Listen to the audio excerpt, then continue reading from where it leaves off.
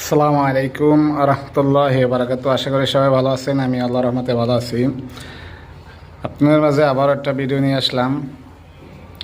দেখেন, জামায়াত ইসলাম বাংলাদেশের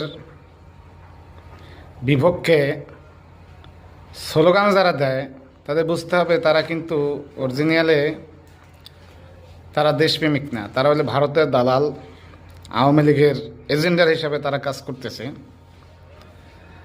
দেখেন, যারা বিএনপির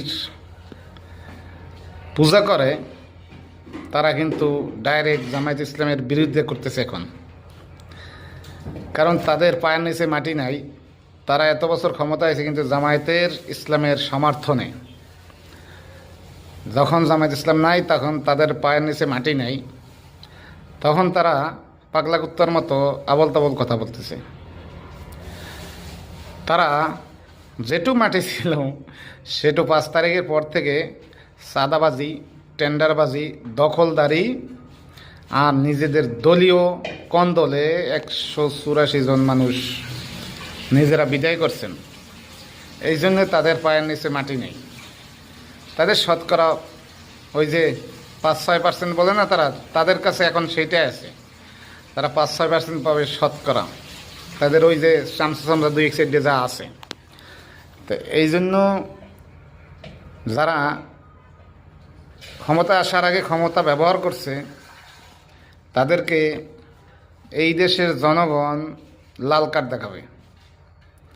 সময়ের অপেক্ষা মাত্র। সেটা ফেব্রুয়ারিতে যদি ইলেকশন হয়, ইলেকশনের পরে আপনারা দেখতে পারবেন ইনশাআল্লাহ। তা আশা করি এই বিষয়ে সবচাইতে ভালো একটা ভূমিকা রাখবেন, ভালো একটা সিদ্ধান্ত নেবেন সকল প্রবাসী ভাই বোনেরা ইনশাআল্লাহ। কারণ বিএনপির মতো দানব সরকার আমাদের আর দরকার না।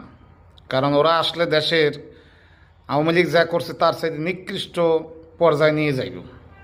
অতএব আমরা এগুলা চাই না। আমরা চাই না মারামারি, কাটাকাটি, হানাহানি আমরা চাই না। আমরা চাই সবাই মিলেমিশে বাংলাদেশে থাকবো, বাংলাদেশ পরিচালনা করব। যারা ক্ষমতা আসবে তারা দেশ পরিচালনা করব, মানুষের জন্য কাজ করব, দেশের জন্য কাজ করব, দেশের উন্নয়নের জন্য কাজ করব। তারা ওই 28 লক্ষ কোটি টাকা পাচার করব না। এই জন্য যদি বাংলাদেশে নিরাপদ, দেশ নিরাপদ, মানুষ নিরাপদ, সমাজ নিরাপদ যদি করতে চান, সবাই জামায়াত ইসলাম বাংলাদেশকে সমর্থন দেবেন, ভোট দেবেন ইনশাআল্লাহ। আশা